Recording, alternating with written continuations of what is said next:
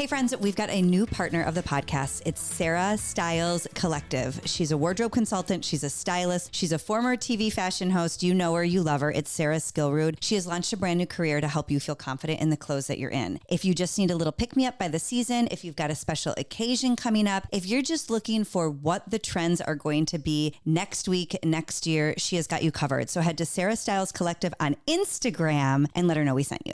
If I could turn back time, if I could find a way, sing it. I'd take back those words that'll hurt you, and you'd stay. If I could reach the stars, Ba-da-da-da. I give them all to you. And you love me like you used to do. Give it up for Cher, everybody. Good. Looking still so hot. Longer song than normal, but God, when you get going on Cher, you can't stop. No, you can't stop, won't stop. All that's missing is that Bob Mackie thing. Whew. That body yaddy on that one. No, it doesn't quit. Have you seen her recently? There's no sagging. There's no, I don't understand. We talked about this. There's a surgery component. That's not the only story.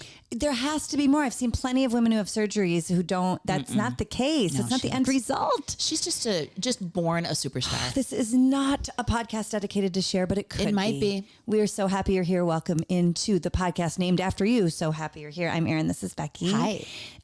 We couldn't be more thrilled to have you with us today. We are turning back a little bit of time this week. Yes. And chit-chatting. Yeah, we're getting in a time machine. We all met talking fashion. So we like to kick off all of our podcast episodes with a little fashion flash. Oh. Can you play it? I don't know what the sound is, but there's going to be a sound playing.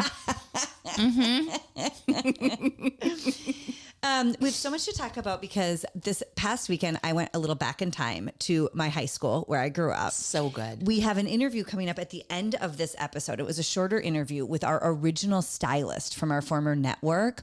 That was a big throwback for us, and it'll be a fun throwback for you. So we thought we would dedicate the entire episode to turning back the clock, as Cher said, if I could turn back time. So in the spirit of fashion, yes, if you could turn back time and either take like a historical piece or a piece that you used to have or like something from history and make it new and fresh again, what would it be? If I could, I always think I was born at the wrong time. So I would have done, I loved the 60s, like coming out of the 50s, little pedal pushers, little pretty cashmere sweaters, more of a time. I love classics like a good mohair, a camel hair. Did you ever seen Shag, the movie? Yes. Where they would say, it's the most fun. Yeah. Is that it? Is that you? The most fun. The pedal pushers, the little ballet flats. So cute.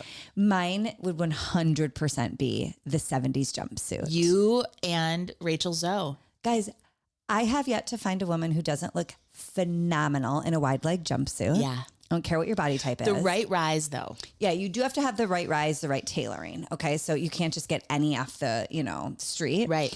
But I think that is a throwback piece. Also the wrap dress, but that's kind of obvious, But the wrap dress that was introduced in the 1970s by Diane von Furstenberg in that time. Yes. As well as a great, well-tailored, good waist, wide leg jumpsuit. So good. And you know what's crazy? Like we had a great one from Indigo years ago. Do you remember that? It was just a cute little it was a utility denim. Oh, I have that one. Yeah, I do too. And it's like, whenever I trot it out, it doesn't matter if it's like in or not. Yeah. I feel good. I get compliments. Yeah. It's just, it's different enough from the everyday that people are like, hey, that's a cool look. Well, and it's hard to usually find an everyday jumpsuit that doesn't date itself. Right. Because like right now there's cute everyday jumpsuits, but they're kind of like slouchy. They're more of like a balloon pant. And they're cute right now, but they'll totally date themselves a season or now. That utility denim one works forever. Always. And then the wide leg cinch waist works forever. It's a great body shape. You know what I noticed about the garage sale too? I had a DVF wrap dress in every size. I had a black leather skirt in every size. Well, yeah, those never go out of style. That's part of the core collection. Do you also know that this is another plea for me, excusing myself for hoarding my clothes and never giving them away? You're right about this. Because it comes back. I have a Catherine Malandrino royal blue jumpsuit that I bought for way too much money when I couldn't afford it, but I fell in love with it. Yeah. And I have to tell you, I've had it for like 15 years and it still, as the cool kids say, slaps. And those might have been cool kids from years ago because I don't know if anybody says slaps anymore. What is 6'7"? What is this new thing? I don't know, but anytime I say it to the kids to like joke around with them, they're like, Mom, that is so cringy. Please don't say that out loud again. And I'm like, all right. Is it because you're not using it right? I don't know. 6'7". Yeah, all the kids say 6'7". I don't know. Don't ask me. 5'7". Oh God. What? Okay, actually, I should show you this too. This old thing, this is one I trotted out today. Oh This my old God. thing. I've This had bag is amazing. If This you're is listening to us only, Becky is carrying like a spotted leopard leather bag. How come I've never seen this before? This is beautiful. because it's been in a tote. Why haven't you been carrying it? No, that's the thing. I just it really have makes so your beige wardrobe look way like more fun. Yes. You know what else I heard is hot right now? Deer print. Ah. So like that, it's kind of like the camel color with the white spots. Yeah, like a white-tailed deer. Exactly. Okay. Are you pouring out a document? No, I was just going to show you this because I said 5'7". Yeah. When they ask you, do you want to see the picture? Girl, you say yes. I was like, I'm sure it's fine. What are you talking about? Did you renew your driver's license? Yes, look at this. So Becky renewed her driver's license. She has the paper to show. I don't wanna Will you show make you sure you're covering anything. all I am. information? I am. I'm going to just show this People to you. are here to look at your legs in your Winnie the Pooh outfits. She says, look down here. Look at the blue button. Well, look at that. I look like I'm baked. And were you? I didn't even look. Baked? Talk about a throwback. Baked? Stoned. I look like I'm stoned. That slaps. So you renewed your driver's license. Good for you. It was a month expired. Okay. Mm-hmm. I didn't realize when you had residency in a new state. So I grew up in Wisconsin, as you all know. And then when I came to Minnesota for school, I didn't realize that living here, then I had to have a Minnesota license. Did you go home? Like, was it 9 months here, 3 months there? No, I never went home in the summers because, I mean, I would. Yeah. But like I was paying rent up here because I would have like dance team practice or I worked. So I always had my job that I would keep in the summer. Did you get in trouble for having the wrong license? I think I told the story once, but I did get pulled over and they thought I was inebriated, but I wasn't. Right. Erin is a really cautious driver. Like I am a little more devil may care. You are a very safe driver. I'm a cautious driver, but get me talking. We might move a lane or two. We might, if you're gesturing with your hands. We might go fast and slow. We might move a lane or two. We might, not realize other people are trying to merge. And so I got pulled over. They got mad at me that I didn't have a Minnesota plate or Minnesota ID. Right. And also then they accused me of being under the influence.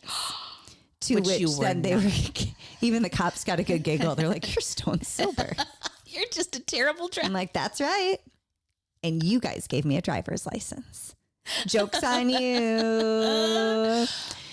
In the spirit of throwback for headlines and hearsay this week. What have you been reading? So Skimming. Since it is now October, to me, the minute it hits October, I am in my favorite time of year. It is here in Minnesota. It starts to get a little chilly. It's a cool breeze. Things get cozy. It's soup season, candle season. I like that it gets dark early. Don't get mad at me, but I like to shutting down and get cozy because we're the type of family we go until the sun goes. Yeah. So like in the summer, I'm like, please, mercy, like uncle. I know. Sunset, why please. don't you? Yeah. I'm still going. So I love this type of year, but because I also don't like Halloween. I decorate for Halloween and I let the kids celebrate, but I'm not a big fan. I don't like gory stuff. I don't like scary stuff. Yeah. So I've already started planning what's the holiday theme. What are we doing for Christmas? Yeah. And the headlines are telling me, and you probably already know this, that everything for the holidays is nostalgia. Oh, so I love it. The easiest one to look at right now is like the whole Ralph Lauren polo, like bringing back the plaids, bringing back the layers of Think the Home Alone house. Yes, the That Home perfect- Alone house. That just sets the The tone. green and reds, the warm colors. Flannel sheets. Flannel sheets, 100%. Mine will have cartoon characters on them as we've established in the past few weeks. Oh, I know. It's tacky, but I love it. Tacky. But then also the nostalgia, even bringing back like the shiny ornaments. Oh, I love that. Or like the nostalgic toys. Like remember glowworms, Cabbage Patch dolls. If you want to do a quick search, go back to the Toy Hall of Fame and the classic ones. Yeah. You know, everything that's like light bright, the stuff that we grew up on. Yes, Etch-a-Sketches for sure. Fun. They were also talking about, you know, the villages. Remember we used to collect every village? Like my mom and grandma and my aunts, I swear it was like a competition to see how many villages they could get, and you'd set up the village. Put the snow down first. Yes, put the snow on, maybe a little shimmer of glitter in there. Do you know what people were doing? And I don't know if they'll live to regret it, but they were going and thrifting those old Dickens villages, but then spray painting them. So it would be like, because everything was silver or everything was gold. So then they would have the shape, but it would just be a little more modern. Yeah. But we're bringing back warm colors. We're bringing back plaids. We talked about, or I was actually talking about with my girlfriend, how maximalism in the house, definitely like layering it up, the knickknacks. Did your families ever collect miniatures? The little miniatures that they would put. I mean, that was a big loved thing. A miniature. Was that a thing outside of the Midwest? We had a place called the Gingerbread House, and it was in Robbinsdale, Minnesota, and they would take these yardsticks. So imagine like yardstick, and then have little shelves, and inside, like my mom would have a little bistro table and 2 chairs. Yeah. Then there would be like, Wait, no. Maybe that's a nostalgic thing we shouldn't bring back. Because how do you dust that? No, how do you Mom, dust how it? did you dust and also, that? where does that all go? Like my mom also, it was kind of like a competition between her and my aunts and my grandmas. They would have big, like, just like you were saying, big shelving units of miniatures, but like what for? Hummels. People used to collect Hummels. Yeah. Little figurines. Well, you know the one. My mother-in-law collected Yadro. This is not miniatures, but like those beautiful porcelain. Yes. And one day, the entire glass and brass lit, fancy. Yeah. Very, wow. very Well, fancy. well. The whole flipping thing crashed down. Did to it the all ground. break? Yep. Everything? Yep. Oh. She salvaged a few things, but I think what she came to was like, it is just stuff. And so she stopped. Yes. It like kind of killed the collection. Yes. I think like my grandma would give me something every year on my birthday, like a little figurine. And I really liked that. Yeah. Because it reminded me of her. Yes. But the miniatures thing, I actually think that's kind of weird now. What about a dollhouse? Did you ever have anything like that? Like a doll? No. I had one Barbie, one Ken. Boy, did they get along. And one like little suitcase of clothes for them. Yeah. I never got the Barbie house or anything like that. I got hand-me-downs from the neighbor. You did? That's the only reason I had They would it. stop over and drop them off. Yeah. So in the headlines for holiday, definitely think about nostalgia. And let's just go for it. Yeah. And like over the top, all the ribbons, all the plaids, all the colors, all the warmth. Home Alone house can be your guiding light for it. And but even taking it into like your holiday cards, if you still do holiday cards, like people are bringing back the actual folded card. Good. You Not just a know? picture. The folded card with like a message in it. This is, you know what? I think we want to connect on a deeper level. Yes. Not with Lisa Frank all the time. But also sometimes when I get, no offense, and I want your cards, but if I just get the picture of your family with no even handwritten Yeah. I note, always try to write a little handwritten note, like Happy Holidays or Happy New Year on the back or something. or even just, like something like love you guys. Like, Yes. I know this came from a human. Yes. But make sure you know who you're giving it to, and you don't like write love you guys and give it to your boss or something. You don't want them thinking that you're unprofessional by any means. Right. Another nostalgic thing that might be making a comeback, but again, I'm going to caution everybody on this, and it also might only be a Midwestern thing, but Jell-O molds. Like old school Jell-O molds. You're serving that on your buffet? People love a Jell-O mold. And it's making a comeback. We've talked about this though. I grew up in a family where they would just put whatever garbage in it. So it would be like canned fruit. Yeah. And like there were vegetables sometimes. No, there wasn't. Weird shit in there. Yes, You there did not put a was. vegetable in a Jell-O I mold. didn't, but I know my grandma did. What flavor was the Jell-O mold? It would be like orange. It would be like something festive because you know how Thanksgiving like a kind of shaved beige. carrot? A shaved carrot? Just to be kicky. Yes. My aunt did put a shaved carrot in a Jell-O mold. Did she get fired from Jell-O molds? No, then? people loved it. And then there was also a Jell-O mold that had like I don't even know, like a whipped cream or a cheese of sorts with a pretzel, with a crushed pretzel. Yeah. And I think people got away from them because everybody's like, wait a minute. We've taken it too far. Yeah, but now nostalgia. Coming back. Nostalgia's back. It's in a big way. Whatever nostalgic for you. You know what I loved? Lutheran sushi, What's which is that? like the ham and the cream cheese and the Pickle roll up. Yep. I love it. That's called Midwestern sushi, Yeah. Lutheran sushi.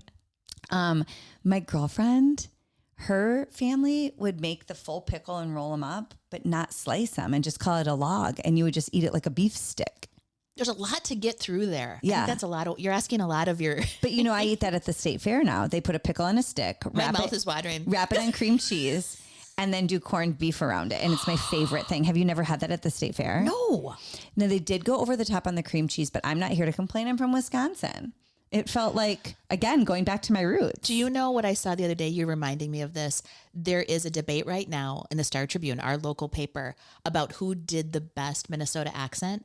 Like, is it the woman from Fargo? Okay. Is it the woman from, what's the pageant one that they shot here? Drop Dead Gorgeous. Drop Dead Gorgeous. Would that be Janie, Allison Yes, Janie? yes. And then who's There's a new one. McDermott, Though. Yeah. Frances McDermott. McDormand. Okay. Yeah, she was the one from Fargo. Okay. So this is where I think, first of all, I have a hard time recognizing accents. And if we've known each other at all my accents sound inappropriately like a drunk Irishman. And so I try not to do accents because I feel like it's offensive when I do. But I will tell you, one of the accents I can pick up is the Midwestern accent. And the Minnesota accent, to me, is different than the Fargo accent. Oh. So the Fargo accent, in my opinion, Yeah. has more of like the, oh God, see.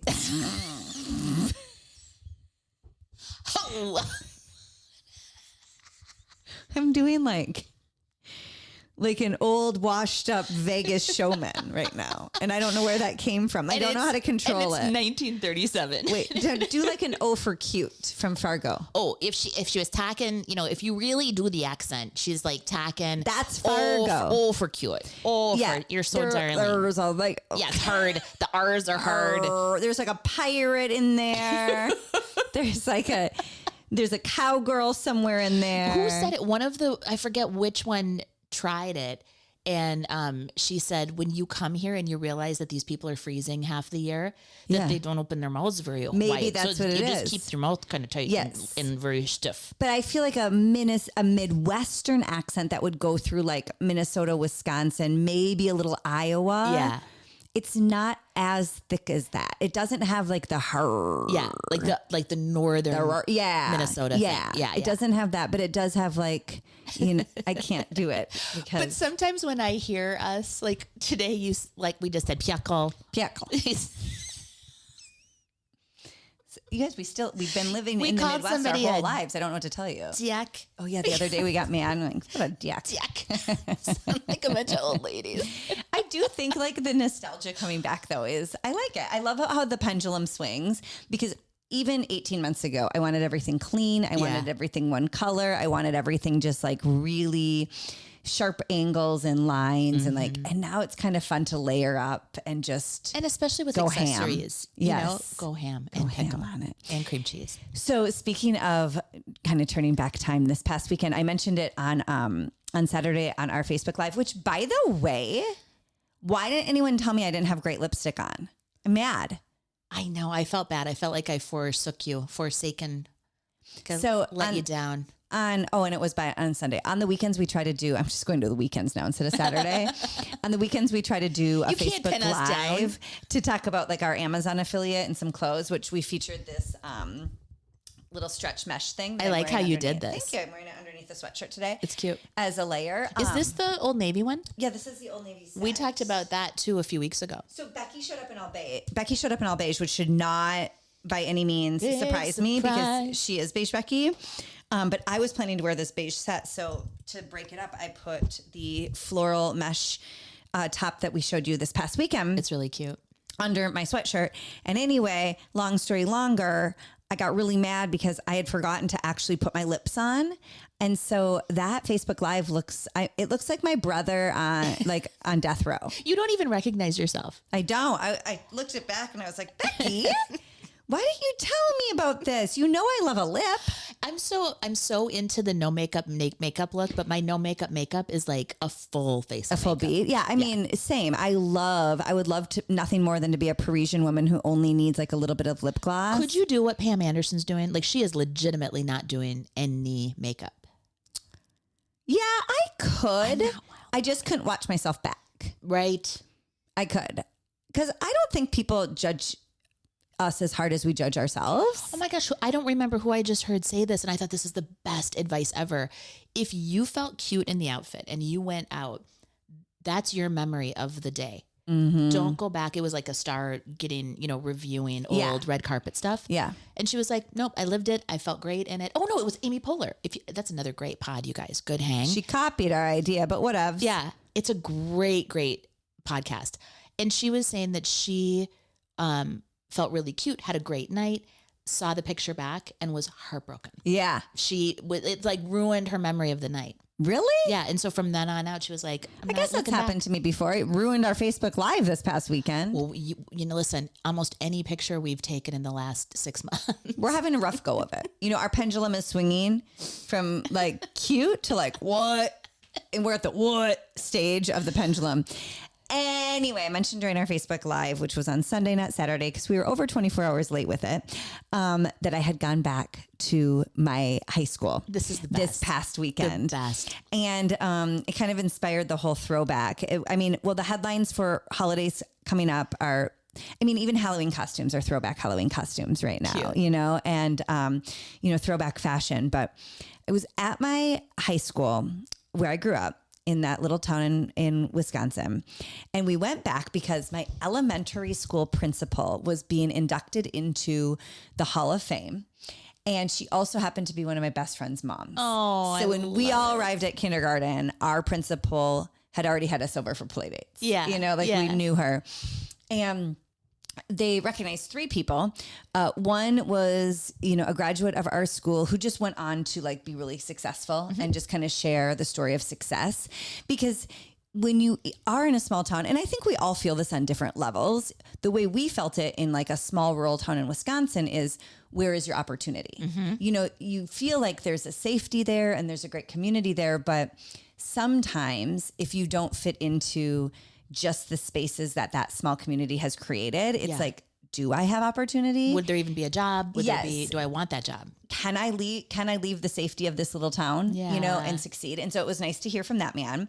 And then there was another man, an older man. He had started his life as an orphan in St. Paul, Minnesota. Whoa. He was taken in as a foster child for a great family. And he ended up in our small town in Wisconsin with just a great life. He had a great life. He was served in the military and had a great family. And he ended up in our small town, and he loved the baseball program, and he has been taking care of baseball.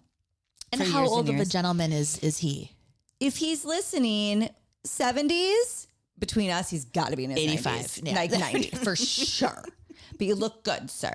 And then the third inductee was our high school principal. And when you're growing up, so when I was growing up, I just looked at her as my friend Anna's mom. Yeah. And we always made fun of her because she was always late, and we knew her family and the other kids and the husband. And, you just think of it as somebody, a parent's just a fixture in your life. Yeah. But she got up and gave this speech, and it was so heartwarming. And she started first and foremost by introducing her family and saying, you can't be successful without her family. Right. And then she went into how really she just wanted to be of service. She introduced the first library. Now, she took over as principal in like the early 80s. Our town didn't have a library. What? I know. Not even at the school? No, she introduced the first library. Wow. And she introduced gifted and talented programs. She introduced special programs for those who needed extra help in learning. How long did she retire, or? She moved on. I think she retired from her position and then helped with curriculum and mentored new kids. Amazing. Or new teachers. Yeah. And she also served as a missionary in Tanzania, where she had my friend. So cool. And so you hear them speak. And I think sometimes we have to go back to remember how special things were. Yes. Because sometimes in the moment, when I grew up there, as much as I loved it and had such a loving family and really, I made great lifelong friends, my earliest memories were how quick can I get out of here? I gotta go. Mm-hmm. Even though it was a lovely town, and listen, it was a small rural farming town. So it does come with its own challenges. There are definitely stereotypes that are true, and there's a lot that are not true. But when I was there, thankful for it, but like, I can't wait to get to the big city. I can't wait to get out. I can't wait to do something different. Like, I can't wait. And then you go back, and I've been back many, many, many times, but you go back into that environment, and then all of a sudden I'm like, it was such a special place. Oh, you see it through that sweet lens, not Yes. I got to get out of here lens. Does that ever happen to you? I think it's so sweet. Well, yeah. And there's something too about remembering where you came from. Like this is it's built into your DNA. Yes. So your future was too, but so much of that is still it's just core memory stuff. Well, at the time I looked at it as like, I'm going to rip my skin off if I don't get out of here. There's only so much opportunity in that. And there's actually nothing wrong with that if you're happy and content. I just didn't have a heart or a brain that was content in that atmosphere. But now as I look back on it, I'm like, it actually gave me like the craving or like the want. Yeah. For more opportunity. Yes. So it actually, I think, triggered that for me. Right. Versus held me back. And all of that confidence that you were able to build in a small town where people are supportive, there's accountability. You know, your friend's mom is also the principal. Like you can't act up too much because they're right there. Yeah. Like they're everywhere. And my other friend's mom was the 4th grade reading teacher, and my other friend's mom was the high school secretary. But think about it now. We probably don't even know all of our neighbors' names. No. Where there, you felt like this whole net has your back. Yes. Yeah. So, and also the people that don't have your back because you can't escape anything. They're right like there the too. Mean Girls. Yeah. I'll never forget. I loved wearing skirts and dresses. Surprise. Don't know if you know that. I loved wearing like skirts and dresses and jelly shoes. Yeah. And I remember even one time, like in my late teens, this older group of girls, and they were more like athletic. Like they loved, I mean, there wasn't a lot to do where I grew up. There was 3 sports for each gender, basically. Yeah. There was like football, wrestling, baseball, basketball for the boys. There was volleyball, basketball, softball for the girls. Yeah. We actually started the dance team when we were in high school. Oh, that's right. And then there was cheerleading. But, you know, I mean, there was theater and music, but it was very small. And it was, anyway, I'm not trying to bring it down by any means. But I remember one time these older girls, and they were very much more into sports than I was. I was on the dance team and cheerleading, and I also loved a mini skirt, loved a high heel. One of them walked up to me one time and she goes, "Why are you always in a dress?" And I remember I was like, at the time I was like, I don't know. I guess I like it. Yeah. And I wanted to look back at her and be like, well, why are you always wearing sweats? Right. Like, what do you care what I'm wearing? It's so weird. And at the time, that hurt my feelings and it made me not like that group of girls. Yeah. But then in hindsight, I was like, oh, well, they just fueled my fire to want to wear a dress. And P.S., it didn't make you not want to wear dresses. Exactly. Yeah, right. So I think one of the things Becky will always say is like, if you're looking for the good, you'll find the good. Yes. And if you're looking for the bad, you'll find the bad. And Whatever you think it is, you're right. It's so interesting in this 30-some year swing from leaving that small town at 18. Yeah. And I've been back many times, but being back in a meaningful way, like watching, because at this event too, my kindergarten teacher, Mrs. Whipke, was there. We've heard about Mrs. Whipke. She's the one who saw me try to get with John Schmidt. I tried to spoon him on my kindergarten nap mat. I remember I would meander around and pretend to blow my nose and organize my desk until John was settled onto his mat. Oh, then you could place yourself. And then I would put my mat right next to him and hope and pray that we would cuddle and or stare longingly into each other's eyes.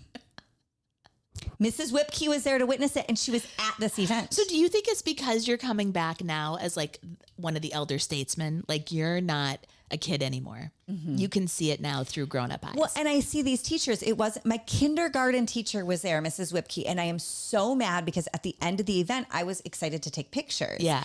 But then again, if you imagine, I'm in my mid-late 40s. They were my teachers. They were gone. At the end of they were out. What's past 8 p.m.? It was like 9. Between us girls night? too. We snuck bottles of wine into the bathroom. Was it a dry event? Oh my gosh. So it is such a sweet town. It's such a sweet town. By the way, we have a completely brand new high school, like one that we never even stepped foot in. They rebuilt a high school since we have been there. Good for them. And it's really nice for, a smaller community. They did such a good job. It makes our old high school that we grew up in look like a meth den. So what'd they do with the old building? It's that meth den is now the middle school. I mean, just looks like it. I don't think anybody was really doing math about Sixth graders, listen. I remember being in like computer sciences with Miss McFadden, like freezing to death because like there's just no there heat. was like a full breeze, like a full like breeze coming through a Wisconsin winter through the windows, like from the planes, like chatter. Yes, like so. Just bear with me. There was no drugs, but the new high school is really, really nice. So like seeing it from like an adult perspective with my own kids, like seeing how they've grown and made this new high school. My cousin-in-law is the athletic director. Are we surprised? My No kindergarten one's surprised. teacher, Miss Whipke, was there. There's a few of the middle school teachers there who, by the way, I finally addressed with them. I'm like, do you guys know you put me in detention like 6 times because you thought that's Kelly right. was me? And You they're look like, that no similar. way, ha, ha, ha, ha, ha. And I'm like, still not funny. I hold a grudge. I had a tainted middle school record It's on your permanent record. because of you. Because you didn't know the difference between me and Kelly. And they're like, still don't. Good to see you, Yeah. Cal. My civics teacher was there. He was he did great political science teaching. Actually, we went to his classroom because when your cousins are the athletic directors, you get to take a private tour of the Yes, school VIP. before you sneak a brown paper bag of wine into the bathroom with your with your friends. He showed us our civics and like political science teacher's room, and he did such a great job about teaching us about government and voting. I really applaud him for like getting us interested. Was he your favorite of all of them, or can you not pick a favorite? He was definitely not my favorite. Okay. But he was probably the best teacher I had. That's funny. My favorite is a civics as well. And he said at the end of this year, I will tell you how I vote, or like, Really? And did he share it? but we didn't know the whole year. So like he would talk Really? about something and we'd go, oh, for sure, Democrat. And then the next day he would say something else. And you're like, oh, for sure, Republican. And so we guessed for an entire year. And then did he share it with you at the end? He was libertarian. Really? And we were like, well, you never even told us about that one. Where's your libertarian signs? Well, that's interesting. Yeah. And by the way, I think that most of the world is more like your teacher, where they're like, I'm a little bit of everything. 100%. I've got ideas on every which way. That's like, don't right. put me in a box. That's right. But Mr. Ryan's room, his entire room is covered in political signs, like dating back into the 70s and 80s. What a gem. So there was like, I can't remember. Well, like Mondale ran. I'm sure he has that. Yeah, there's so many back in the day. That is like, so cool. What a cool collection. Who ran against President Reagan? He had that up. He had Carter? No. He had Cheney. He had Mitt Romney. But I mean, way back, who ran against? It was amazing, like really old school, and he had them all from all different, every different political background. Is really cool. But anyway, it was really fun to go back, and it was fun to see it from an eyes of, and it just, we all love to giggle and we all love to talk and have fun.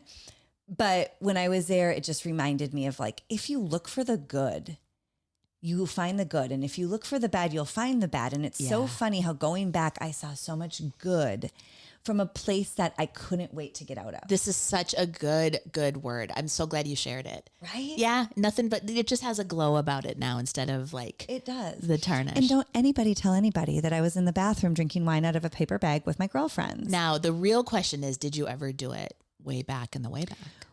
Or do you not want to say, is the statute of limitations not up yet? I don't think that we ever snuck alcohol into school, to be quite honest. Yeah. Because again, it was so small. We had 90 kids total in the class. Right. I was related to 80 of them, dated the other 10. You couldn't get away with much without people knowing, although not many people cared. Right. I remember coming to a dance after having potentially an adult beverage. So that's what I would say. I think maybe we would sneak it into like a football game or like a dance. But like I also got dropped off at the dances in my dad's Astro van. There wasn't a lot of time. There wasn't a fancy bus like taking all of us. He was like, have fun.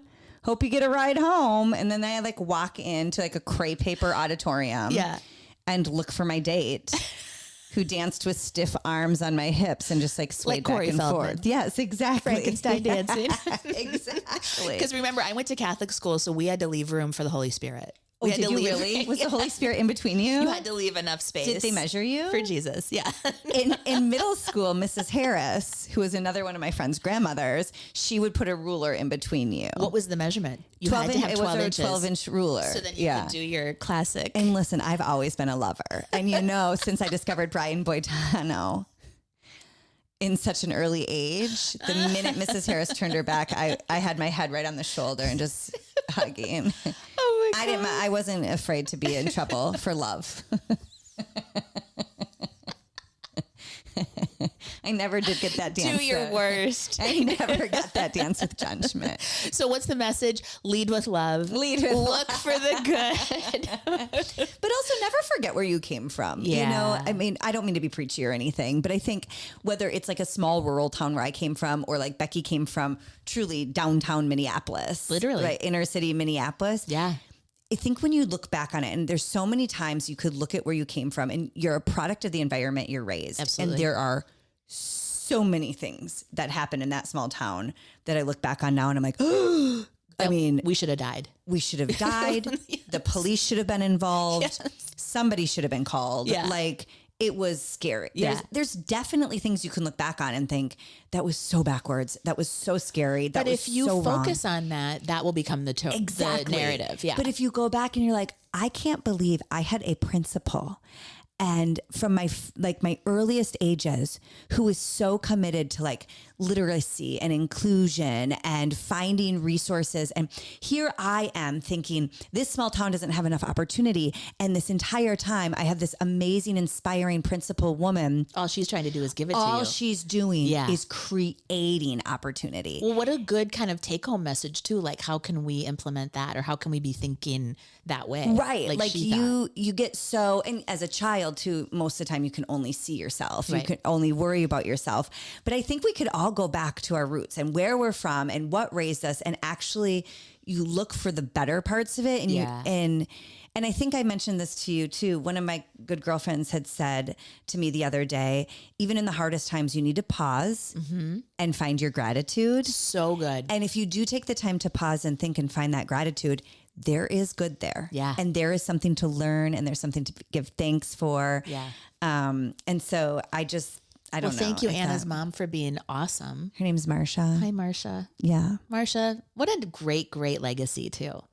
It was. And it is. And it still is. I mean, it was great legacy. Amazing. So in the spirit of throwback, I hope that was that too preachy for everybody? No, it's just I was just great, overwhelmed with gratitude coming out of that small town. And we're going into thankful season too. So I think it's really appropriate, you know?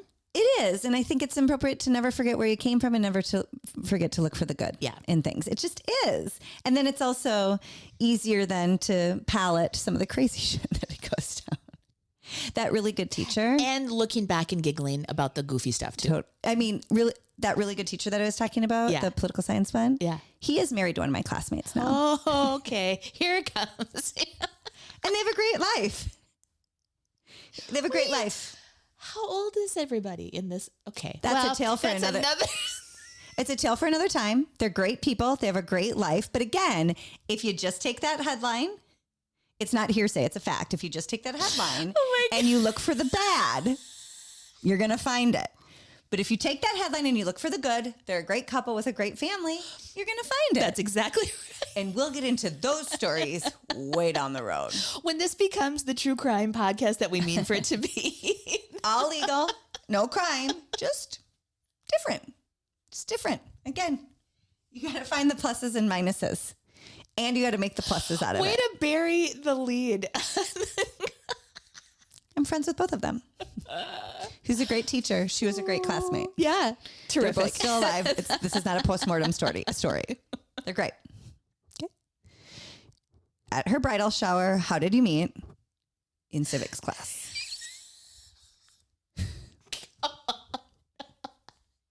But there is no funny business, I swear.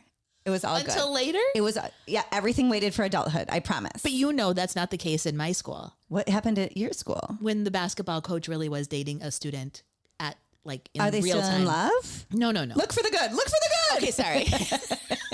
Did anything good come out of it or no? No, I know headlines and hearsay. Okay. On that, a few weeks ago, one of our dear friends was in town. Love him so much. Yes, set it up for everybody. Who is So he? Robb Grier was our stylist at Shop. And actually, do you remember when Christopher Straub was on the podcast? You know, it was early 2000s, I think. That's when their paths crossed. So Robb was in charge of kind of overall image, meaning how the models looked, how everything that you saw on air presented. So it was the fashions. It was, you know, he just was like our kept us honest. Like you'd come out with an outfit and he would go, you just knew. What size are you in? Was a nice thing he would say. Like one time I'll never forget, I put this white dress on and I walked in and he's like, not today. Yeah. And I was like, all right, I got it. Yep. Roger that. I don't look good. And the funny thing is, we didn't feel like personally attacked. He's meant to make you look and feel great. You want to know something? As you say that, this is just coming to me. Yeah.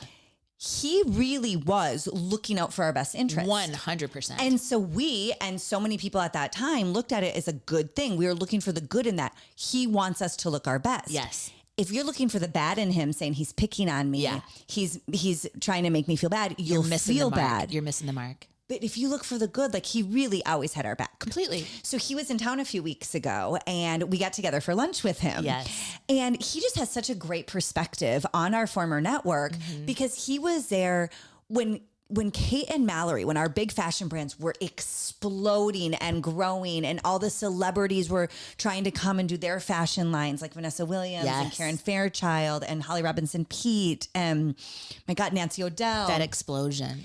He was there managing our buying team, the on-air talent team, such as us, the creative team behind the scenes, the models, the other stylists. He had this big job and he did it so well. And that's really when I think we were at our height because of that. I mean, it was really like accessories went with it. It was like everything felt cohesive. Yeah. You know, Kate looks were head to toe. Kate looked like Kate. Oso was Oso. Yeah. One world was its own. And so anyway, during lunch, and I don't want you guys, if we ever invite you to lunch, don't be afraid of this. Okay. Say yes. Say yes.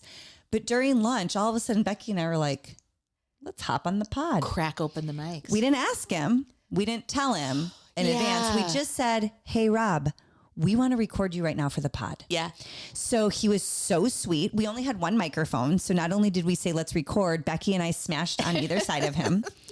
And we were at my house during the garage sale. So there are times that I have to just quick scoot out. So it's going to be a wild ride. But it's a fun throwback. And even if you don't know Shop HQ or home shopping, or you didn't watch us back in the days like 2015, 2016, it really is a good insight to what a true stylist was doing in like a full-time role in home shopping. And he's also such a great guy. Oh, we just want you to meet him. Yeah. Even if you never have. He moved to Florida and actually worked with HSN for quite some time while they were based there. He would design the wigs. He's really a genius at wig design. He was a wig master at the Guthrie Theater, if you've heard of that locally, like really, really interesting life. Yes. He also is a very popular drag queen. BB Galini. That's right. If you ever have a chance to watch him perform. But anyway, he was sweet enough to hop on a mic with us, one mic, 3 people at a garage sale, and share his insight into the home shopping industry during its heyday. It's a good visit. So we'll take a little break here. Take a listen. It's only about 20 minutes. You're going to fall in love with him. And hi, Rob, if you're listening, which I hope you are. In the meantime, find the good. Yes. Never forget where you came from. And thank you so much for letting us take a little walk down memory lane. Yeah. We're so happy you're here. Love you guys. Our partners and friends at Isomer Skincare are still here to help you feel and look your best in the skin that you're in. No matter your age, no matter your skincare want or need, they have got you covered. Isomers has real chemistry. They are science-based skincare created by chemists to bring the best ingredients and the best results to your skin. What you're going to do is go to isomers.ca, use the code HAPPY20, and you're going to get 20% off your purchase. If you spend $100 or more, it's free shipping and handling, so enjoy. That's isomers.ca. We interrupt your regular scheduled podcast for a special edition of Robb the Stylist. All Rob, all the time. That's what we're going for on So Happy You're Here podcast. Ladies and gentlemen, put your hands together. It's Robb Grier, y'all. Woo-hoo! I'm shaky. Can the microphone pick that up? No, because I'm nervous. Are you? You guys are doing. You're doing so It's well. a Robb sandwich.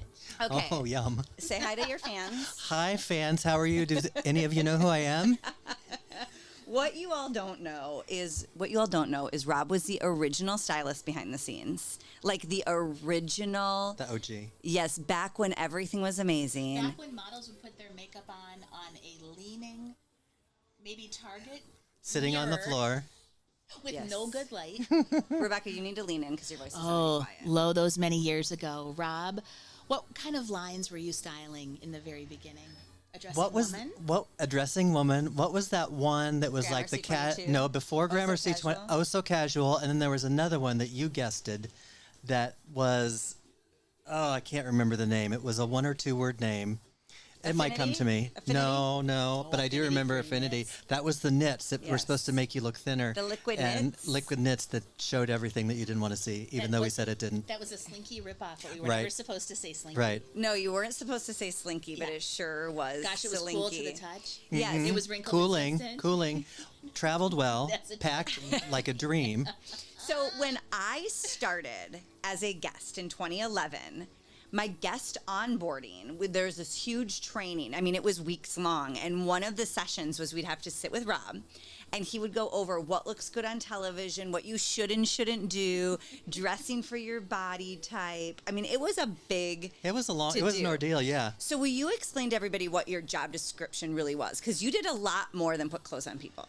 When I started there, actually I freelanced for ShopNBC before I ever was a full-time employee, and I did hair and makeup freelance. Oh, that's right. Did I ever do your hair? No, because I started Well, you before helped you. me a few Did you times work when with I looked. Christopher Strand? No, I never. Yes, I did. He was a visual. Way back, yeah. Way I'm going to back. remind you, nobody's going to be able to hear you if He you don't worked lean with in. Christopher 'Cause you- Straub. Yeah. No, Robb did my hair a few times when it was like a manic, like you can't go out looking like that. You'll embarrass me and everybody else. Yeah. We just did some little touch-ups. It wasn't redid your whole head.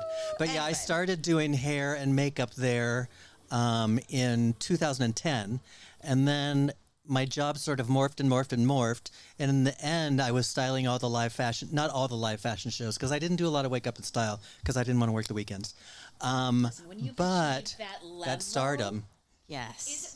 Is it because you didn't want to work on the weekends, or is it because one time I came in screaming so loud at 5 a.m. and you looked at me and you go, no?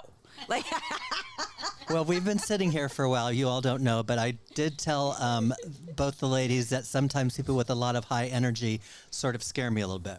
So it may have been a little bit of that, Okay. but not too much. yeah, just a little bit. Protection just- is protection. But Robb, now listen, Robb would work with the buying team. Remember when Kate and Mallory was being developed, when One World Could Do No Wrong? The buyers would go to Robb first and say, these are our clothes. This is kind of our thought form. And he would put together the looks and he would advise on how they would look best on television. And then when the when the host, the guest, and the models would get there, he was responsible for how all of us looked. Well, and remember this too. This was in the days of he would look at your outfit, pull together the shoe, pull together the accessory. Yeah. Do you know at the very end, models were bringing their own earrings, their own belts, and they were self-styling. Was this after I left or after Well, I I was mean, this was promoted like to 6 months customer? ago. I was sick- But the things that would have driven you crazy 10 years ago. Yeah. What was how it ended. what was so good with the models when I was still there, like the models that had been there a long time, like Shauna and a couple of the other gals, they would know, because we had worked together for so long. I did it like 10 years. We had worked together for so long that they would know what shoes or what handbags or belts or other accessories I would choose. Yes. So they would go over to the little shoe wall and grab a pair of shoes and just show them to me. We never spoke. And I'd give them the yes or the no, and they would put them on. And if it was a no, they'd pick out the second pair, and usually that pair was right. Yeah. Here's yeah. what Robb yeah. would say. Becky, Mike, just hit because, the mic. just because you like all of those pieces doesn't mean you have to wear them all at the same time. Just because they're all your favorites doesn't mean they go together. So good. And you named me Beige Becky. No, I did not name you Beige Becky. You told me that your kids named you Beige Becky. I thought that was I attributed. to life. Yes. I really liked Beige Becky. Yes, you brought Becky- Beige Becky to life. Becky's not wearing beige today, but normally when she would come in, Loud color for me. TV blue, when she would come into work, she had a wardrobe entirely of beige, and it looked good on her. She was very chic and, always put together. You can't go wrong when everything is the same color. You can't make a mistake. You can take that to the bank. You can take that advice right now. Wait, so, and if it wasn't hard enough working with all of us, because we all had a personality. I mean, he was back in the heyday. We all had a personality and a strong idea on what we wanted to wear. And there were people that had a much bigger personality when it came to what they thought they should look like on television than you did. Really? You were, yeah, oh God, yeah. You were pretty open. Thank you. I mean, I've always been like a risk taker. Like if you said no, you should wear something else, I would believe you because you have great And I sense. would never say no. I would just say, maybe we should think about, or how about we try? Or one time you said to me, "Now, is that the right size?" Do we need to maybe try a different size? Which was code for, girl, that don't look good on you. But then on top of that, we also had a lot of celebrity collaborations back in the day. And it was Robb's job, because I watched you work magic back there. Really? Where the celebrity and their team of stylists Kate came in. had an idea of what should be on air. I liked her a lot. I loved her. But then Robb had the Shop HQ brand guidelines. So he would be negotiating with a celebrity, with their style team, with their managers, and then with what he knew was right for Shop. And that was a big dance. You did it really well. Did I? Yes. I never even think about it because it just happened. But that was one of the harder parts of my job, especially, like you said, Kate, who we all love, came in with, do we name names or how does that work? With Vanessa Williams. And Kate comes from like a runway editorial. That was the word I was trying to think of. I'm old and words are hard these days. She came from an editorial background, so everything looked very editorial. So I had to like tone it down for TV and still make her happy, but at the same time make the buyers happy and make the host and mainly the guest happy. So it all still held their vision, but at the same time was not acceptable, but attractive to our customer. Yes. Well, exactly. That's a really great way of saying it. Because, by the way, Vanessa Williams and her stylist, Kate, could not have been more pleasant and kind and wonderful. And so great at their job. But they also have a strong point of view. Right? Yes. And then the buyers have a strong point of view. And then we want to make it look good for you. And that was all on Rob's shoulders. Yeah. Like and I did not have a strong point of view. I just wanted to make everyone happy and like me. You did a good job because that was the heyday of fashion. I mean, it was a lot of fun. Heyday. When I started, we didn't really even have a fashion department. When I was hired just to work with the hosts. Yeah, the talent. And dress them until we realized that most hosts were not interested in help. Other than Erin. I was. They were pretty pleased with how they looked on air and thought they knew what looked best. And a lot of them did, for sure. Some of them didn't. And some of them I had to ask the size question to a little bit. Here and there. We all get stuck in our own heads sometimes. Right. And you get stuck on the number. Yeah. And I mean, you really shouldn't get stuck on the number. You got to fit. You got to wear what fits best. Yeah. Or don't zip it all the way up. Don't zip it all the way up. Yeah. Or claw the back. Yeah. What are some of your fashion tips for ladies watching? Because you helped us grow. When we started as guests, there wasn't a huge fashion department. When we ended as guests, basically from like 2014 to like 2019, you were a huge part of growing it. I think the way it looked out there. Yeah. What's some of your advice for people getting dressed? This is an all-encompassing answer, and it answers every question you could ever ask. If you look at yourself in the mirror and ask yourself a question, the answer is always yes. So if you look at yourself and say, "Oh, is this too tight?" The answer is yes. Oh, if you're questioning that, you already know. If you question it, you know the answer. You know what you need to do right then. Make my ass look fat. Oh, the answer is yes. Does my belly look big? Yes. Show it. Do I need undergarments with this? Yes. See, he calmed down the delusion. And that came from working with models for so long, especially the undergarment question, because a lot of the clothes we sold, the quality was decent For the price we had. for the price point for sure. But you could see we gave away secrets a little bit, and the question was, the models always asked me, "Do I need undergarments with this?" And then the answer was, if you ask me the question, you know the answer is yes. Yeah. And that cut down on a lot of time getting models dressed because they knew in their own head. That's a good one. We've never had that one before. You should write that down. Merch. Yep, we're going to write Coffee that cup. down. We're going to put it on a coffee cup. Another question we like to ask all of our guests that people want to know is, what do you miss most about Becky and I? Well, we have been sitting here for probably 2 or 3 hours just gabbing about everything, about our experience at Shop. And if you're at home saying, are they talking about me? The answer is yes.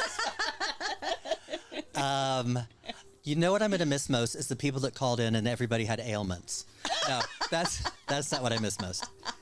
The ailments. No, I miss, like, Becky and I used to have so much fun during shows when you were host, and you didn't get to be in on our fun, but we would be in the background just talking about whatever, talking about people, talking about clothes, talking about, what was in the news, and just giggling. And there were a couple times we got shushed. Probably by me. Actually by you. Yeah. But yeah, I miss that a lot, and not with you. Only with you guys, but with some of the other people that I really enjoyed too. It's funny that you bring that up though too, because I think there's this misconception that we all hung out all the time. No. Right about that. But like hosts really didn't get to interact with people a lot because we were out there for the entirety of the show. Yeah. And when you were there, but not on live TV, you were researching or you were meeting or you were things like that. So so like they got to hang out way more than I would. Yeah. And then outside of work, there was never enough time to hang out because everybody had such haphazard schedules. You try to put together a happy hour with these people, it's impossible. Just because everyone was all points. Yes. And it was funny, Melissa said something the other day. She was like, guests, we had to work with everybody. Rob had to work with everybody.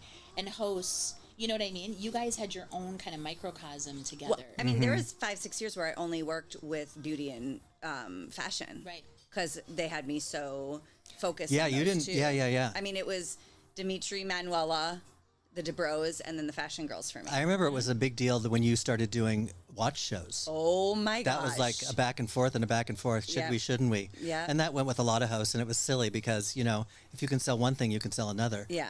And it was all about the research, and you were always so great at that. Rob, what a sweetheart. She's a studious one. She is. Erin.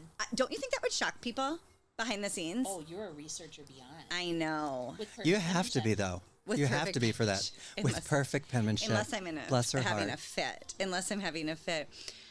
What do you miss most about just home shopping in general? I miss. We're still at my sale, guys. Hold me for 1 moment. We're at Becky's sale right now. She's being called by her sales girl, her Which is clerk. also her mother. By the way, is her Her mother. clerk. What do I miss most? I miss the pace a little bit. Yeah. And as I say it, I kind of don't really miss it, but I do. I miss, how we all spoke the same language and how we could all say something that would mean nothing to anybody in the outside world. Yeah. But we all knew what we were talking about. Yeah. Yeah. Yeah, totally. So Rob isn't just a great stylist; he's also a wig designer. And so, can I say you moved to Florida? Can I say that? So he moved to Florida. Florida. If not, Garrett, cut it out if I'm not allowed to. And still worked a little bit at HSN with the wig team. I got to work with some wigs. We sold wigs at HSN. We sold Eva Gabor and we sold Kim Kimball, who was a hairstylist for the television show. Now I never can remember it on the first time. Becky's getting Your called clerk again. needs you, honey. Oh my gosh. Your clerk. Your unpaid What was clerk. that show with the Down Below with Zendaya in it? That television show. I don't know. It was a one word, and I feel like it starts with an M. But I do love Zendaya and La Roche's partnership. That's you. You're La Roche. I'm Zendaya. Okay, good. I need to grow my hair out, or just put it on a wig. I need to become an A-list actress. So Kim Kimball did the hair for that, and she does a lot of other stuff. So sold those on HSN until HSN just moved to Pennsylvania. So do you think home shopping has a future? Like, what do you think?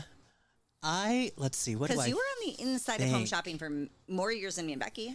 I really think that if home shopping is done right and people, mind you, I'm not technology based. I'm not on TikTok. That stuff is not my bag. But I think if whoever is in charge, the powers that be, do it right, that it could last. Yeah. Because people still want to hear about product. They still want to hear like what they're getting, what it's made out of, if it's beauty, if it's efficacious. That's a big word. That I can remember. Cute and smart. But yeah, I think it could stick around if it's done correctly. Don't you also think, like, the relationship of it all? Like, we have to have... I feel like if we just went online shopping, there's nobody to do it with. Right. Like the video shopping, I think. I think a large portion of it, and like I watch Law and Order all the time, and by all the time I mean that's all that's on my television. What? Yeah, that's the only thing I watch when I'm doing hair. Got it. Because it's the voices in the background that make me feel comfortable and make me feel at home. Got it. I hear ya. And so for the home shopping gal or guy, it's the comfortability factor. Like you like to shop, even though you can't touch the product, the host or whoever's talking to you about the product can touch it and feel it for you and explain to you all about the product, and you build up the relationship, even though you don't really know the person. There's still sort of a bond that, oh my, I just saw my stomach. You look amazing. Thank you. There is a bond that's there. Don't you feel like you knew our girl really well, though, too? Yeah. Like, you knew our shopper. Yeah, and we knew, like, each line that we had, like Gramercy 22 or Kate and Mallory or any of the others, Modex, they spoke to a different woman. Yeah. And, you know, not everybody would wear Modex or not everybody would wear Kate and Mallory. And the buyers gave us a good amount of information on who the target was and what woman we were selling to. Yep. Mind you, the buyers thought we were selling to sometimes a different audience than who we were actually selling to. Yes. Because we knew our demographic, and we always had to cater to that demographic, even though we were being told that that wasn't our demographic. We knew who shopped with us. Yeah, we did, and it was mostly all of you. That's right. And we loved all of you. Do you have a favorite brand that you worked with there? I liked Kate and Mallory because it was pretty easy to style, and they were fun pieces, and the quality was good. I liked the Modex when it came around. They had good fashion stuff, good fun stuff. Those leggings that we sold for years and years and years, what were they called? Slimming Options. Slimming Options, that's right. Those were great God. leggings. And we had them all season in every color, and they went with everything. I wish you could still sell them somewhere. I'm going to present them to you today. Okay, I will see if Becky has any in her garage sale. Oh, I bet she does. She Wouldn't might. that be hilarious? Well, Slimming Options was really unique. This is when I knew we had a good buying team. It was way pre-pandemic when everybody was wearing athletic gear. And there was this whole push of like being comfortable and still looking cute. That was hard for me because, you know, leggings are not pants was my motto, but I had to kind of let that go when we started those Slimming Options. Well, Slimming Options presented as pants in some cases. So I really think like that buying team was so smart about like what we could really do. You know, and what people really wanted. God, Slimming Options lasted a long time. Forever. They were there like from the beginning. And to then remember the end. we started doing 3 different lengths? Yes. And then we would do solids, and we would do, it was a lot to get through. What were those dresses that, I'm thinking of One World, those printed dresses. The sublimation print? Yeah, sublimation, the my Lord. maxi umpire waist dresses. Yes. That sold millions and millions. One World was great. I loved when Sam would come for One World. Yes. And what was the girl's name? Ashley. Ashley, that's right. She was a lot of fun too. I really liked her. Yes. What other favorites? I don't know. There was no one line that was my one favorite. There were great pieces from each and every different line, and some in each and every line that weren't so great. But, you know, we made them work. Well, and sometimes I would always say this to people, like, nobody loves everything, but I know people who would wear something of everything. You know, it's like if you didn't like a piece, you just had to imagine, well, who would like this? I got really good. I asked a host, a good friend of mine, whose name is Sarah Anderson. Yeah.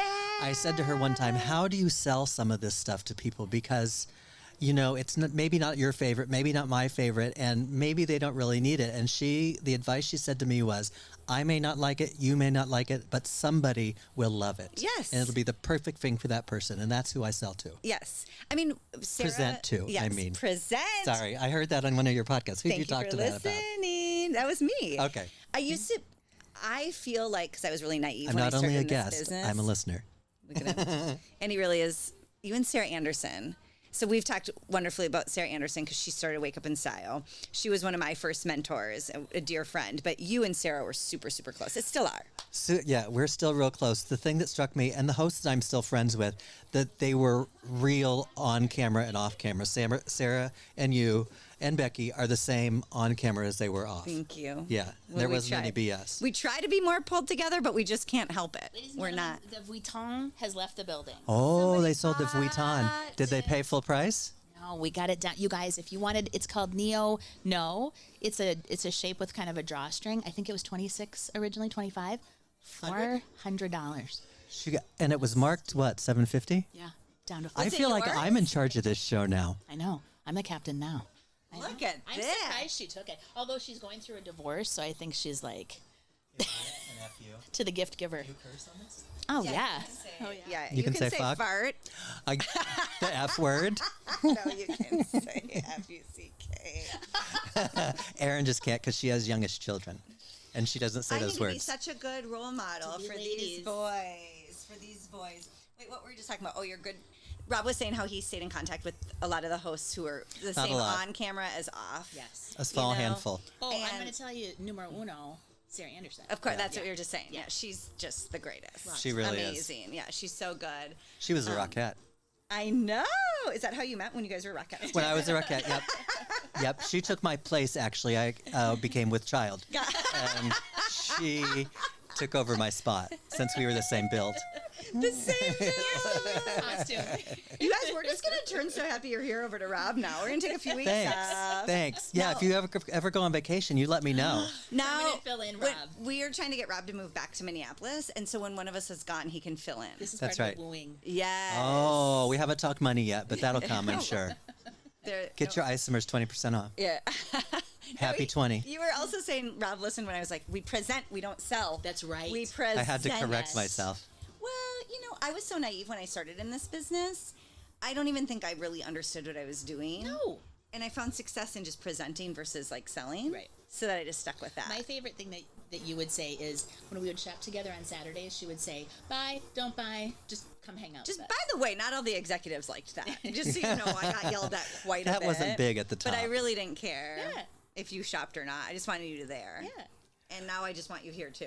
And there's nothing to shop for anymore. No, I don't know. I don't want to speak out of school, but Shop has just relaunched the website. And one of the things that we were talking about is building that community. And everyone's like, I miss Erin and Becky. And I wanted to say, we're right here. Yeah. We're here, just on different airwaves. Yes. I come- know.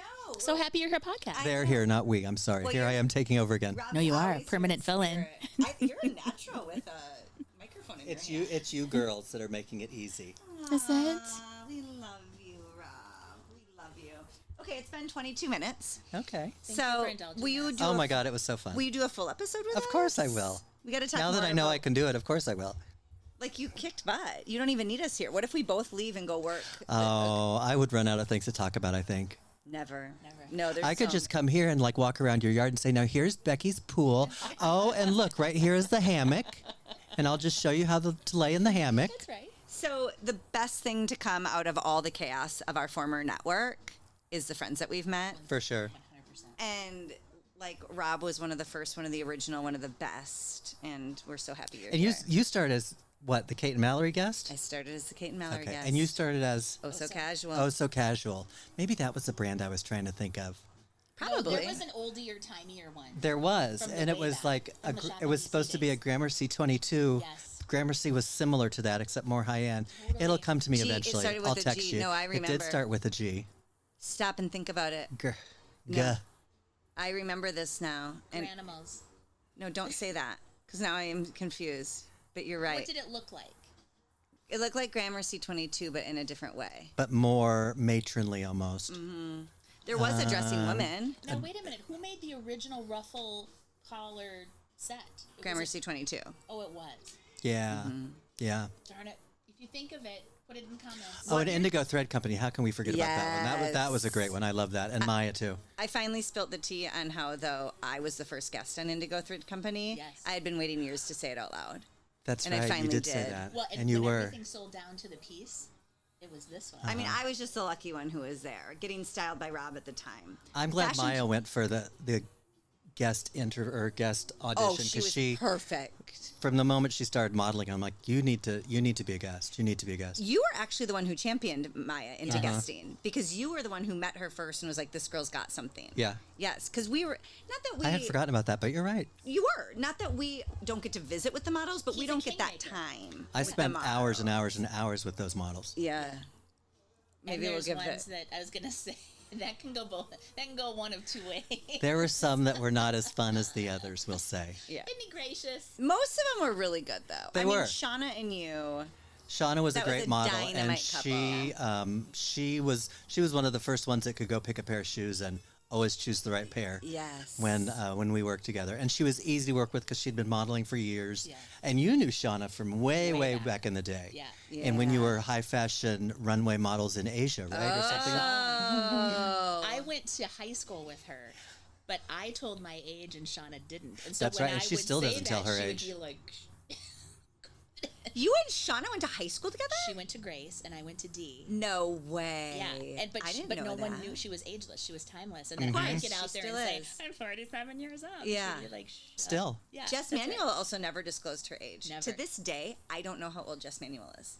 Timeless. And she is kind of timeless. You look at her, you Yes. can't tell. I can guess based on who I know she knows from when. I can do about a 5-year Yes. span. I've got a 5-year span for that one. She's got to be Yeah. 10 to 15 years younger than me. And Becky and I are the same age, almost. Yeah, and I'm I'm older. 72, but because of isomers, I look great. She looks 31. 21, I mean. Somebody card us, will you please? Yeah, I would love it. Okay, we love you. Love We're you so too. happy you're here. Aw. Move back to Minneapolis. Thank you. Girls, Okay, I send will. notes and tell Rob to move back to Minneapolis. Sure, our network isn't here anymore, but we are. Let's see. If we find me a job, Okay. it pays well. Okay. Okay, we All got right. you. All right. Okay, we love you, girls. Thank you so much Bye. for listening. Love you, Rob. Love you too. Girls, a quick addendum. The brand we were trying to think of was called Genealogy, for those of you keeping score at home. Love you.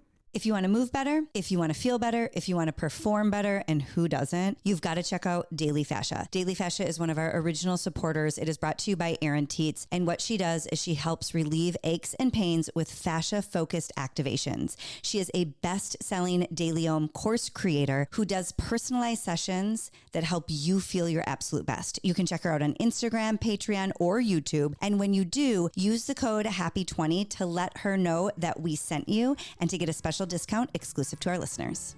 You guys, do us a huge favor, please. Will you like this podcast, share it, or subscribe? Because that helps, right, Bex? Help us a ton. It will. And I don't know if we've helped you, but if you don't mind helping us, that'd be great. Fair's fair. Love you.